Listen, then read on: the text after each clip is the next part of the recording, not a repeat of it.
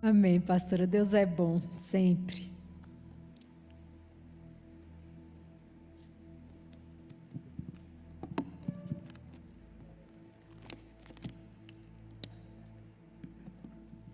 Saúde, irmãos, com a paz do Senhor. Muito bom estarmos aqui reunidos mais uma vez, né, nessa quarta-feira, viu, pastora? Não é quinta, não? Estamos muito felizes, né, de podermos mais uma vez estar compartilhando a palavra do Senhor, estarmos nos alegrando na presença do Senhor. E realmente hoje, assim, quando eu olhei qual seria o capítulo que a gente veria hoje, eu fiquei muito feliz, porque é um capítulo em que Deus nos coloca, assim, em xeque-mate, postura. O que a gente quer?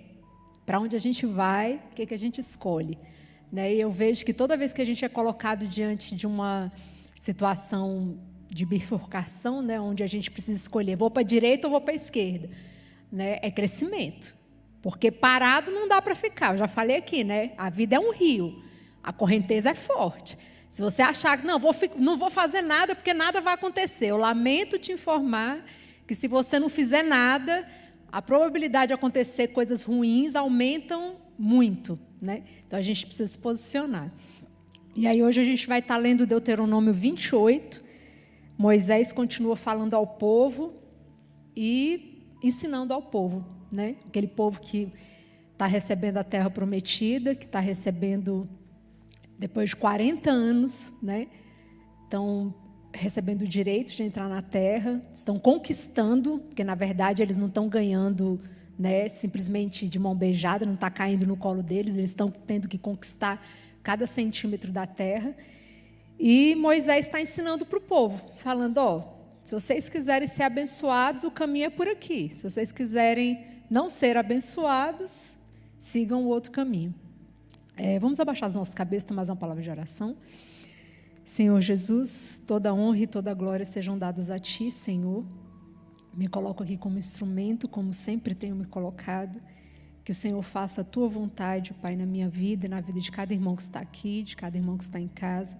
E que a Tua palavra possa mais uma vez, Senhor, ser viva e eficaz nas nossas vidas.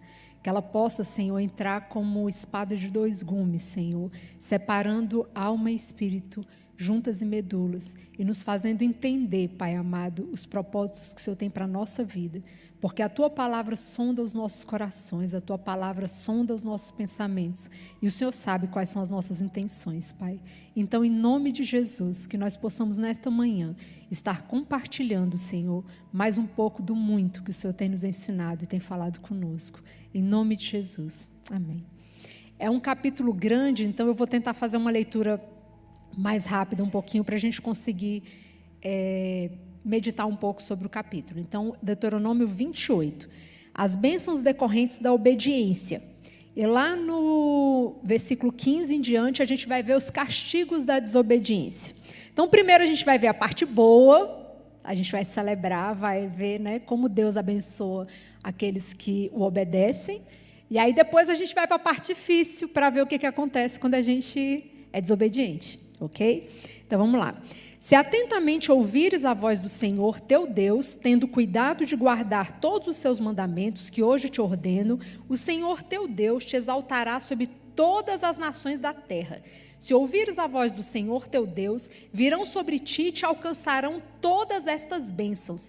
Bendito serás tu na cidade, bendito serás no campo. Bendito o fruto do teu ventre, o fruto da tua terra, e o fruto dos teus animais, e as crias das tuas vacas e das tuas ovelhas. Bendito o teu cesto e a tua amassadeira. Bendito serás ao entrares, e bendito ao saíres. O Senhor fará com que sejam derrotados na tua presença os inimigos que se levantarem contra ti. Por um caminho sairão contra ti, mas por 7 caminhos fugirão da tua presença.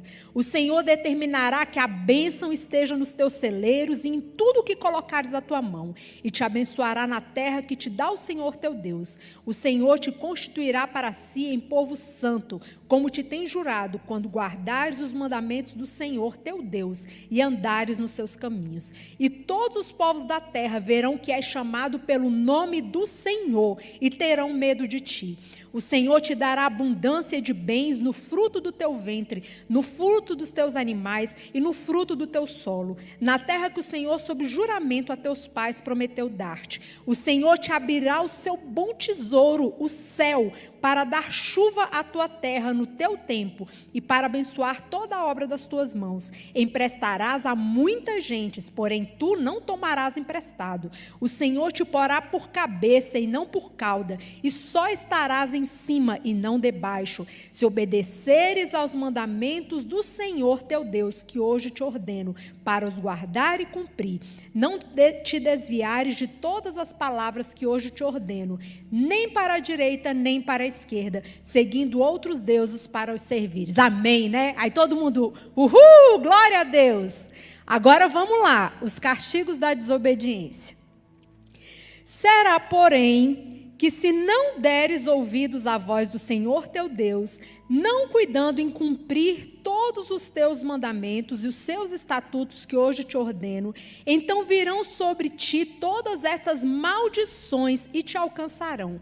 Maldito serás tu na cidade, maldito serás no campo. Maldito o teu cesto e a tua amassadeira. Maldito o fruto do teu ventre e o fruto da tua terra, e as crias das tuas vacas e das tuas ovelhas. Maldito serás ao entrares e maldito ao saíres. O Senhor mandará sobre ti a maldição, a confusão e a ameaça em tudo quanto empreenderes, até que sejas destruído e repentinamente pereças, por causa da maldade das tuas obras com que me abandonaste. O Senhor fará que a pestilência te persiga a ti, até que te consuma a terra a que passas para possuí-la. O Senhor te ferirá com a tísica e a febre e a inflamação, e com o calor ardente e a secura, e com o crestamento e a ferrugem, e isto te perseguirá até que pereças. Os teus céus sobre a tua cabeça serão de bronze, e a terra debaixo de ti será de ferro. Por chuva da tua terra o Senhor te dará pó e cinza. Dos céus descerá sobre ti até que sejas destruído. O Senhor te fará cair diante dos teus inimigos. Por um caminho sairás contra eles, e por 7 caminhos fugirás diante deles, e serás motivo de horror para todos os reinos da terra. O teu cadáver servirá de pasto a todas as aves dos céus e aos animais da terra, e ninguém haverá que os espante. Não, vamos parar por aqui, né, gente? Já está doendo, não está? Já está assim um negócio... Jesus, tem misericórdia. O Senhor te ferirá com as úlceras do Egito, com tumores, com sarna e com prurido de que não possas curar-te. O Senhor te ferirá com loucura, com cegueira, com perturbação de espírito. Apalparás ao meio-dia como cego apalpa nas trevas, e não prosperarás nos teus caminhos. Porém, somente serás oprimido e roubado todos os teus dias, e ninguém haverá que te salve. Desposar-te-ás como uma mulher, porém outro homem dormirá com ela. Edificarás casa, porém não morarás nela. Plantarás vinha, porém não a desfrutarás. O teu boi será morto aos teus olhos, porém dele não comerás. O teu jumento será roubado diante de ti, e não voltará a ti. As tuas ovelhas serão dadas aos teus inimigos, e ninguém haverá que te salve. Teus filhos e tuas filhas serão dados a outro povo. Os teus olhos o verão e desfalecerão de saudades todo dia. Porém a tua mão nada poderá fazer. O fruto da tua terra e todo o teu trabalho comê-lo-ás um povo que nunca conheceste. E tu serás oprimido e quebrantado todos os dias. E te enlouquecerás pelo que vires com os teus olhos. O Senhor te ferirá com úlceras malignas nos joelhos e nas pernas, das quais não te possas curar, desde a planta do pé até o alto da cabeça. O Senhor te levará, e o teu rei que tiveres constituído sobre ti, a uma gente que não conheceste, nem tu nem teus pais. E ali servirás a outros deuses feitos de madeira e de pedra.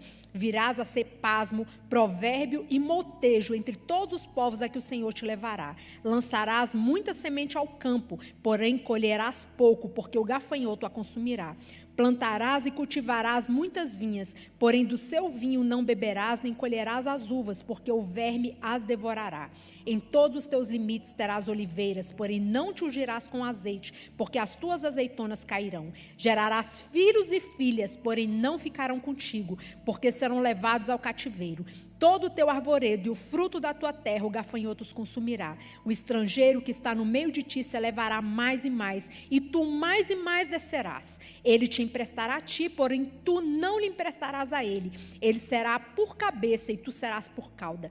Todas estas maldições virão sobre ti e te perseguirão e te alcançarão até que sejas destruído, porquanto não ouviste a voz do Senhor teu Deus, para guardares os mandamentos e os estatutos que te ordenou.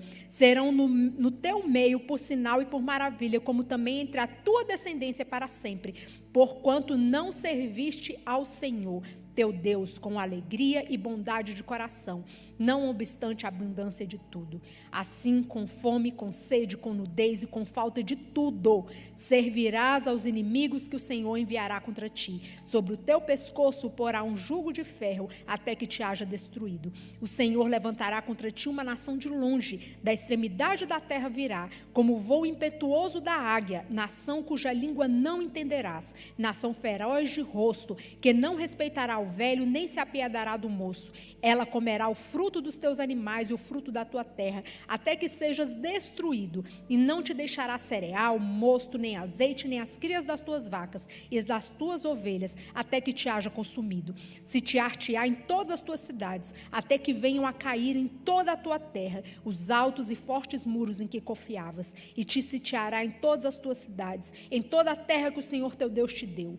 Comerás o fruto do teu ventre, a carne de teus filhos e de tuas filhas, que te dera o Senhor teu Deus, na angústia e no aperto com que os teus inimigos te apertarão. O mais mimoso dos homens e o mais delicado do teu meio será mesquinho para com teu irmão, e para com a mulher do seu amor, e para com os demais de seus filhos que ainda lhe restarem, de sorte que não dará a nenhum deles da carne de seus filhos que ele comer, porquanto nada lhe ficou de resto, na angústia e no aperto com que o teu inimigo te apertará em todas as tuas cidades. A mais mimosa das mulheres e a mais delicada do teu meio, que de mimo e delicadeza não tentaria pôr a planta do pé sobre a terra, será mesquinha para com o marido de seu amor, e para com os filhos e para com a sua filha, mesquinha da placenta que lhe saiu dentre os pés e dos filhos que tiver, porque os comerás às escondidas, pela falta de tudo, na angústia e no aperto com que o teu inimigo te apertará nas suas cidades. Se não tiveres cuidado de guardar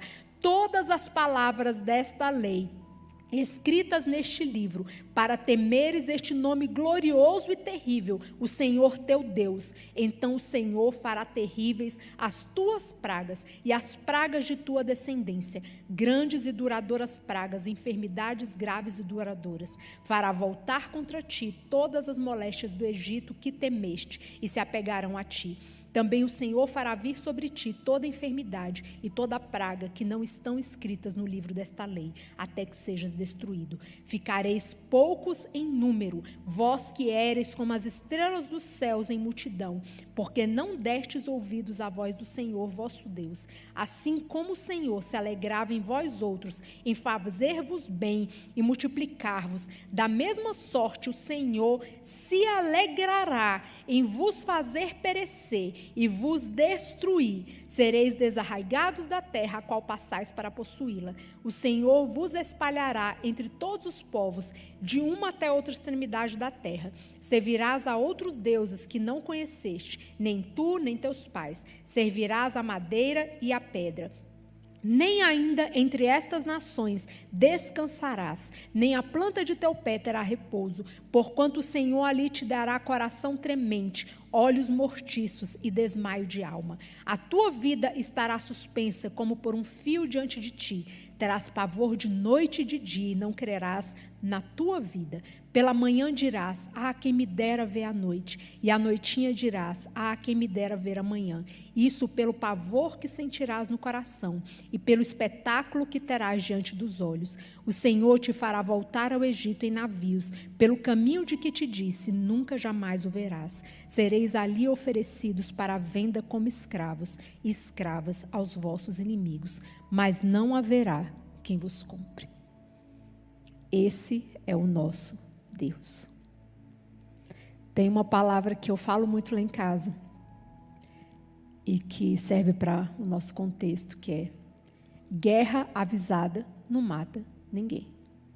Se você sabe quais são as regras do jogo e você jogar dentro das regras do jogo, a probabilidade de você se dar bem, das coisas acontecerem de forma adequada, de você ser bem-sucedido, elas aumentam ou diminuem? Elas aumentam.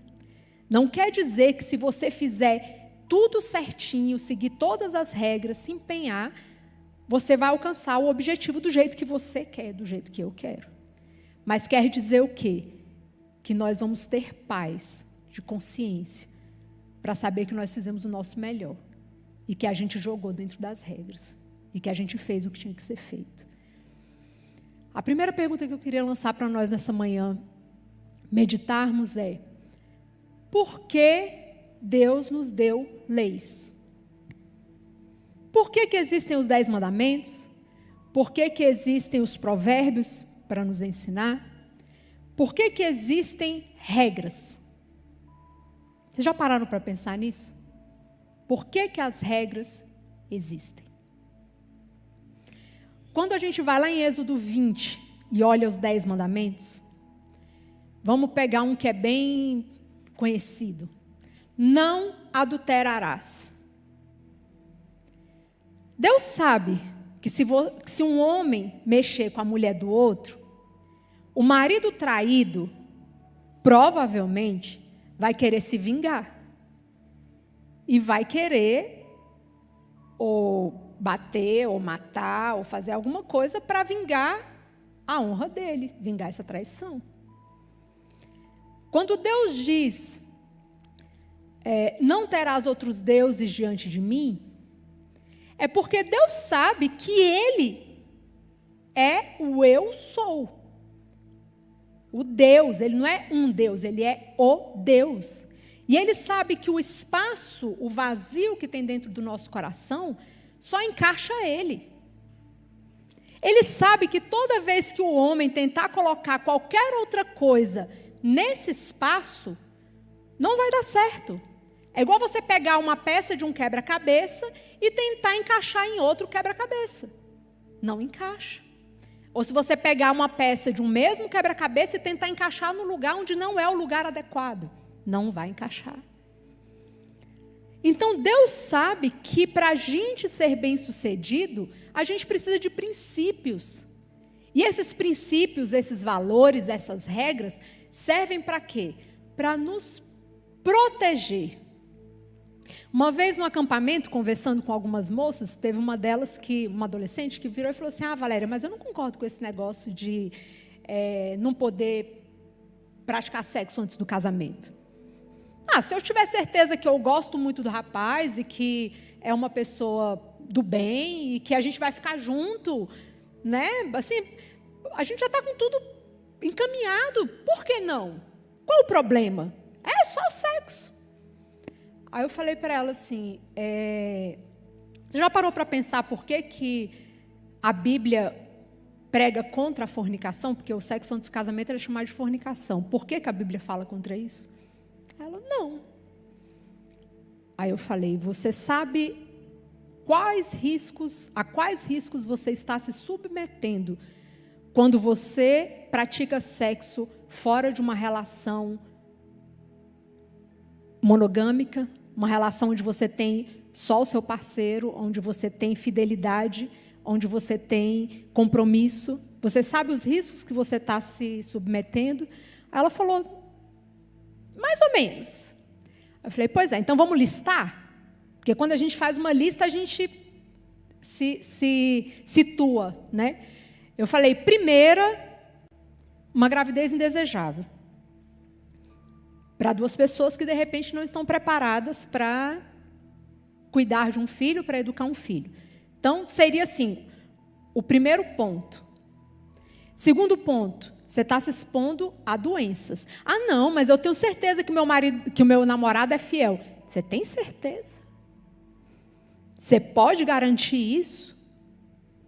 Você tem esse poder? Infelizmente, nem entre casais casados, na igreja, tudo bonitinho, a gente não tem essa garantia. Imagina entre 2 adolescentes ou 2 jovens. Então, segundo, se expor a doenças. Terceiro, que para mim é o mais importante, mas que eu fiz nessa ordem, porque a cabeça de adolescente funciona diferente, né? Eu falei, Deus tem o melhor para você. Deus quer que você estude, Deus quer que você tenha uma vida organizada, Deus quer que você tenha um bom trabalho, Deus quer que você seja uma pessoa bem-sucedida. Se você desviar a atenção de tudo isso para o sexo, o que vai acontecer? Você vai pegar uma energia que você poderia estar dedicando para estudar, para cuidar da sua vida, para se dedicar, para uma coisa que nesse momento você não precisa. Eu falo isso muito para os meus filhos, eu tenho 2 adolescentes, eu falo, quando você mexe com uma coisa fora de hora, você arruma um problema que você não precisa. Aí eu falo para eles, você quer ter um filho agora? Deus me livre, mãe. Eu falei, pois é, filho é assim que funciona. Polo positivo e polo negativo, macho e fêmea, juntou. Ah, mas eles não falaram, né? Mas tem adolescente que fala, tem jovem que fala. Não, mas a gente se protege. Não há garantia 100% efetiva, a não ser abstinência. Você quer estar 100% protegido? Não faça. Porque se fizer, a probabilidade existe. Mínima, mas existe. E se acontecer, vai ser aqueles 3 minutos de... 3 minutos de falta de atenção que vai te trazer uma consequência para o resto da sua vida. Que pode te trazer uma consequência para o resto da sua vida. Então, quando a gente olha aqui em Deuteronômio, a primeira parte, né? Quando Deus fala das bênçãos, e gente, é muita bênção. Muita coisa boa. Abrirei os teus celeiros, abençoarei os teus animais, abençoarei o teu trabalho, abençoarei os teus filhos, abençoarei a sua posteridade. É muita bênção. Só que Deus deixa muito claro. No início, no primeiro versículo, ele já fala: se atentamente ouvires a voz do Senhor teu Deus, tendo cuidado de guardar todos os seus mandamentos que hoje te ordeno, o Senhor te exaltará sobre todas as nações. Ou seja, o requisito para nós sermos abençoados é obediência. E primeiro, Moisés está falando do que é bom.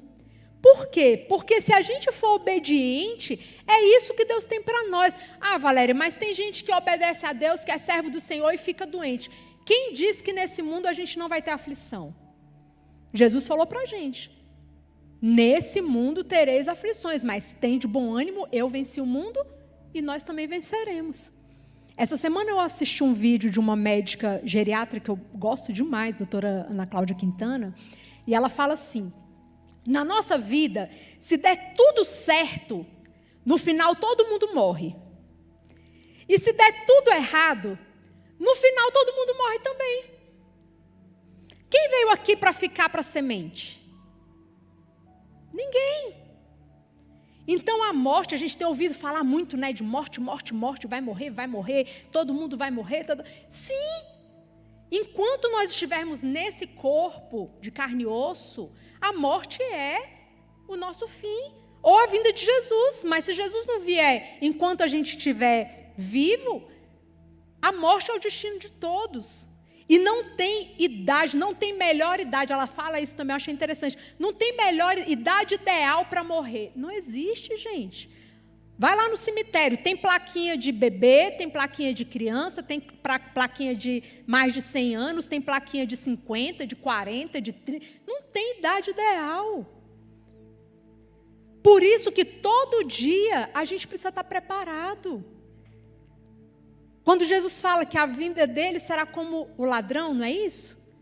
E que se o dono da casa soubesse a que hora que Jesus voltaria, a que hora que o ladrão viria, ele estaria preparado para receber esse ladrão, não é? Para se defender do ladrão. Jesus faz essa analogia. Então, a gente precisa estar preparado. Por que que muitas vezes a gente tem tanto medo da morte? Eu falo por mim. No início do ano, eu passei por um aperto. Quando o Covid chegou lá em casa, eu fui confrontada muito com esse medo. E Deus falou claramente para mim, assim, que o que importa é o que Ele tem me ensinado. O que importa não é a morte. O que importa é que o que você viveu, o que eu vivi até chegar lá. O que importa não é você perder uma pessoa amada, e eu perdi esse ano. Não é você perder uma pessoa amada, uma pessoa querida. O que importa é o que você viveu com essa pessoa até o momento que ela partiu. Por que que tem tanta gente que se desespera no momento da morte? Porque quando olha para trás e fala assim, eu perdi tempo. Eu entrei num monte de batalhas que eu não precisava ter entrado. Eu comprei um monte de brigas que eu não precisava ter brigado. Eu tratei mal pessoas que eu podia ter tratado bem. Eu deixei de amar pessoas que eu devia ter amado e o tempo acabou. Por que que tanta gente se desespera? Por isso. E aí essa médica ensina, ela fala, sabe o que que você faz quando você ama muito alguém, você tem muito medo de perder esse alguém? Você ama ele mais ainda. Mais ainda, para quando, se acontecer dessa pessoa partir, de você perder essa pessoa, você vai ter certeza de que você se doou, de que você amou, sem reserva, sabe? De que você fez tudo que podia com aquela pessoa.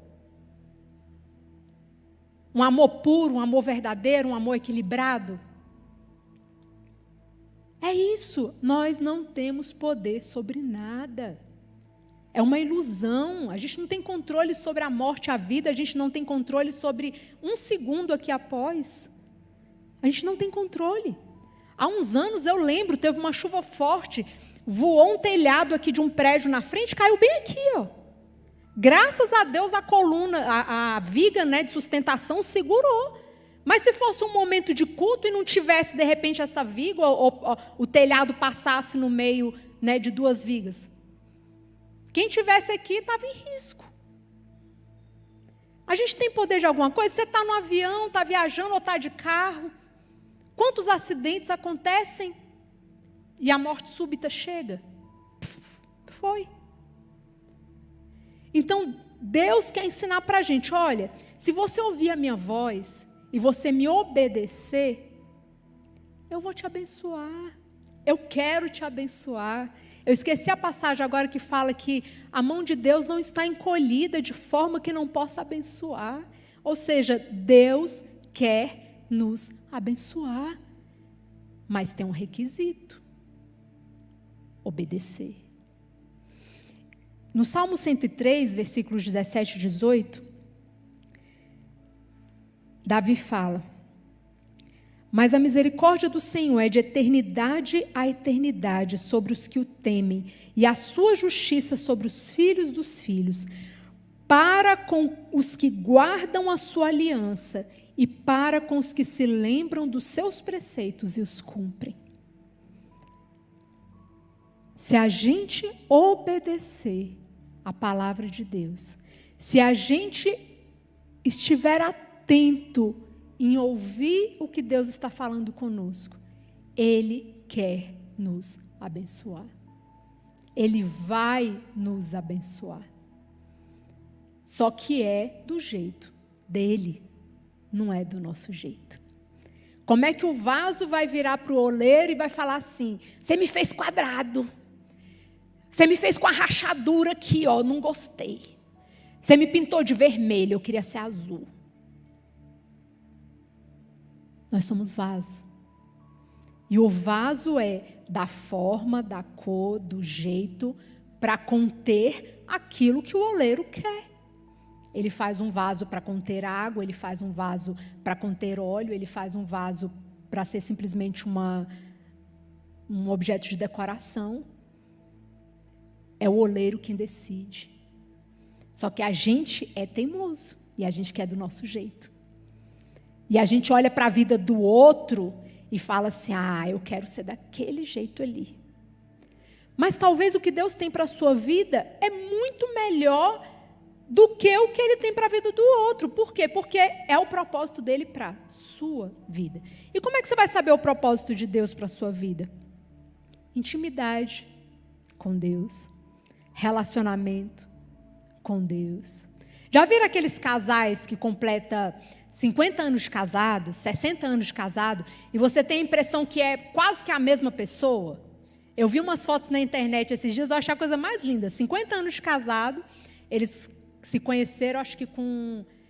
Ela tinha, acho que 16, 17, ele tinha 20.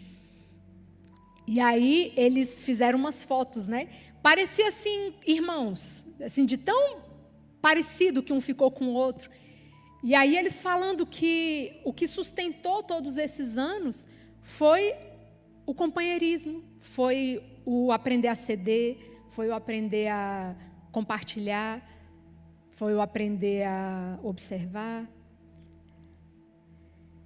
E aí a gente pensa, pô, viver 50 anos com a mesma pessoa, só se tiver intimidade, gente. Só se tiver relacionamento.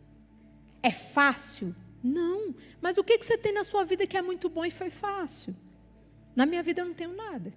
Tudo que eu tenho de bom é trabalho diário. É trabalhinho de formiga. Todo dia tem que cantar a cartilha para os filhos, dizer as regras, ensinar os conceitos, os valores. Todo dia tem que olhar para o marido e falar assim, Senhor, vamos lá, mais um dia, me ajuda, me dá paciência, me dá sabedoria, me ensina a lidar, né, com essa pessoa. A gente tem que olhar para o nosso trabalho, que muitas vezes é um desafio, que é um trabalho, né, que você gosta, mas que nem sempre vai ser do jeito que você gostaria que fosse. Às vezes é muito pesado, às vezes é muito desafiador. Às vezes tem pessoas, né, que... eu até ouvi isso num testemunho há uns dias, que sempre tem aquele chefe que é a lixa da sua vida, né? Graças a Deus eu não tenho, os meus chefes são maravilhosos, mas assim, tem gente que tem, eu já tive chefe lixa. Aquele que Deus usa assim para parar as arestas, todo dia. Né? Você é lixado ali, você é transformado, mas é assim. Pessoas nos ferem, mas pessoas nos curam. Nós ferimos pessoas, mas pessoas também nos ferem.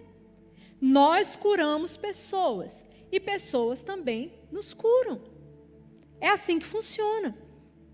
Então a gente precisa o quê? Para receber esse melhor de Deus aqui do capítulo, do versículo 1 ao versículo 15. A gente precisa buscar a vontade de Deus com instância, com empenho, com vontade. É todos os dias procurar parar e ouvir, sabe, se sensibilizar à voz do Espírito Santo. É buscar intimidade, é parar. Não tem como, gente, querer relacionamento com Deus, fazendo 1 milhão de coisas todo dia, o tempo todo. Deus quer não muito de nós, Deus quer tudo. Ele quer a nossa atenção plena. Ele quer que a gente pare diante dele e fale assim, Senhor, eu estou aqui, por mais que meus pensamentos estejam embaralhados, estejam confusos, minha cabeça esteja cheia, mas eu vou parar aqui, Senhor, eu não vou fazer nada, eu vou parar e vou, sabe, fala comigo, Senhor, me ensina, me mostra na tua palavra algo, uma palavra que venha para mim, que eu entenda, que eu use, pode ser um versículo no ano, mas que esse versículo entre na minha vida e me transforme. É interessante a gente ler a Bíblia toda? É, muito bom.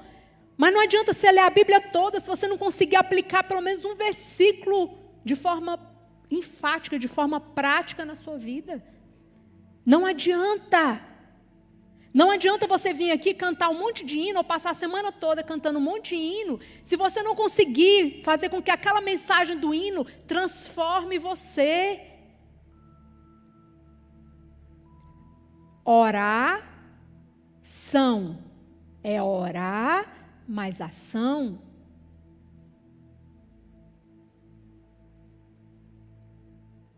Rogo-vos, pois, irmãos, pelas misericórdias de Deus, que apresenteis os vossos corpos em sacrifício vivo, santo e agradável a Deus, que é o vosso culto racional.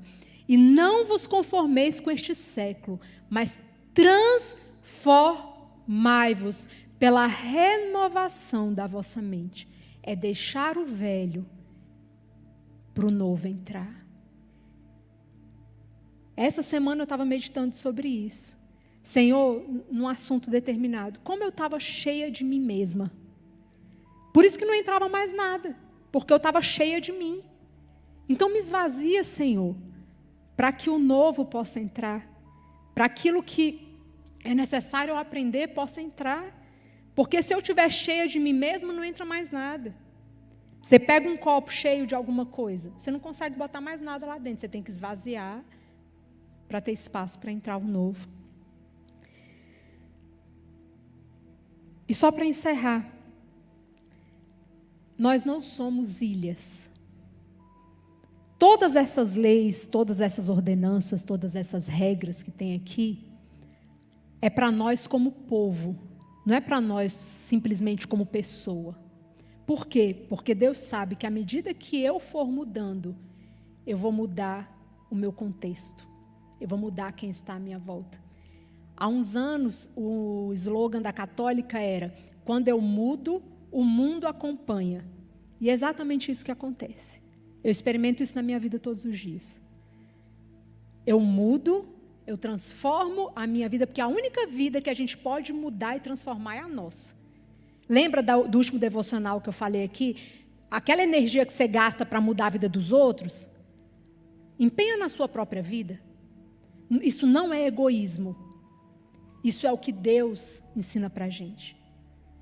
A única vida que a gente pode mudar é a nossa. Aí quando a gente muda a nossa vida, Deus nos ensina a influenciar, a ser um bom testemunho, uma carta aberta, para que as outras pessoas leiam a nossa vida e vejam Ele em nós.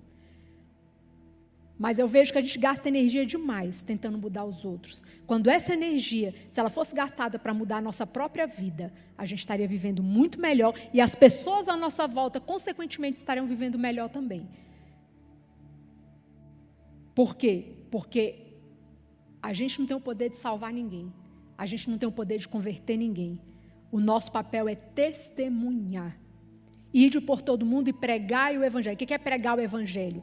É você dar testemunho daquilo que Deus fez na nossa vida. Tem gente que dá testemunho do que Deus fez na vida de um monte de gente. Olha lá, meu pastor é uma bênção. A irmã lá da minha igreja é uma mulher de oração. E você é o quê? Qual o testemunho seu próprio que Deus está fazendo na sua vida, está transformando a sua vida? O que você tem para contar? Porque é isso que Deus nos ensina. Testemunhar, pregar o Evangelho é isso. É você contar, compartilhar, você viver as mudanças que Deus tem feito na sua vida. Nós somos seres sociais. A mudança vem para mim e eu compartilho com os outros. E como é que eu compartilho?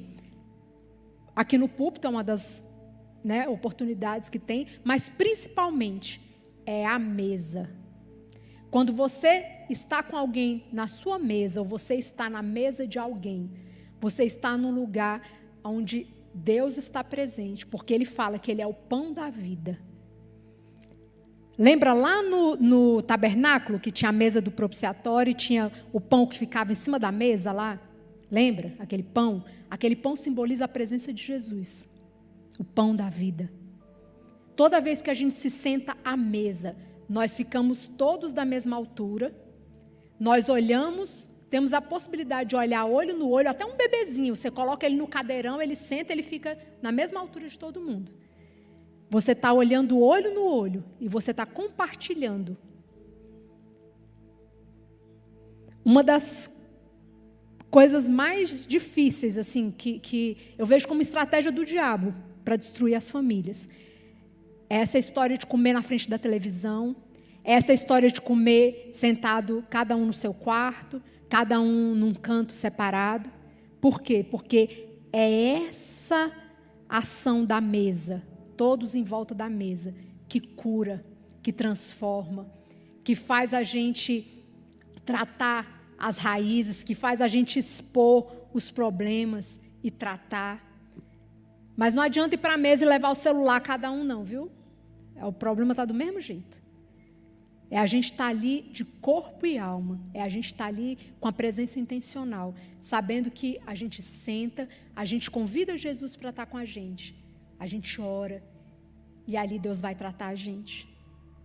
Desde quando eu coloquei isso como objetivo, eu li o livro da David Titus, que era sobre a mesa, assisti várias pregações dela também, e ela, assim, essa palavra entrou muito forte no meu coração, isso já tem alguns anos. E eu vi a minha vida sendo transformada e vi outras famílias sendo transformadas também, sentados à mesa, na comunhão de Jesus, na comunhão do Senhor. E Deus nos trata. Pelo menos uma refeição no dia, a família sentar e comer junto. Isso é besteira, né? Não. Isso é transformação de vida. Isso é ter Jesus todos os dias na nossa casa.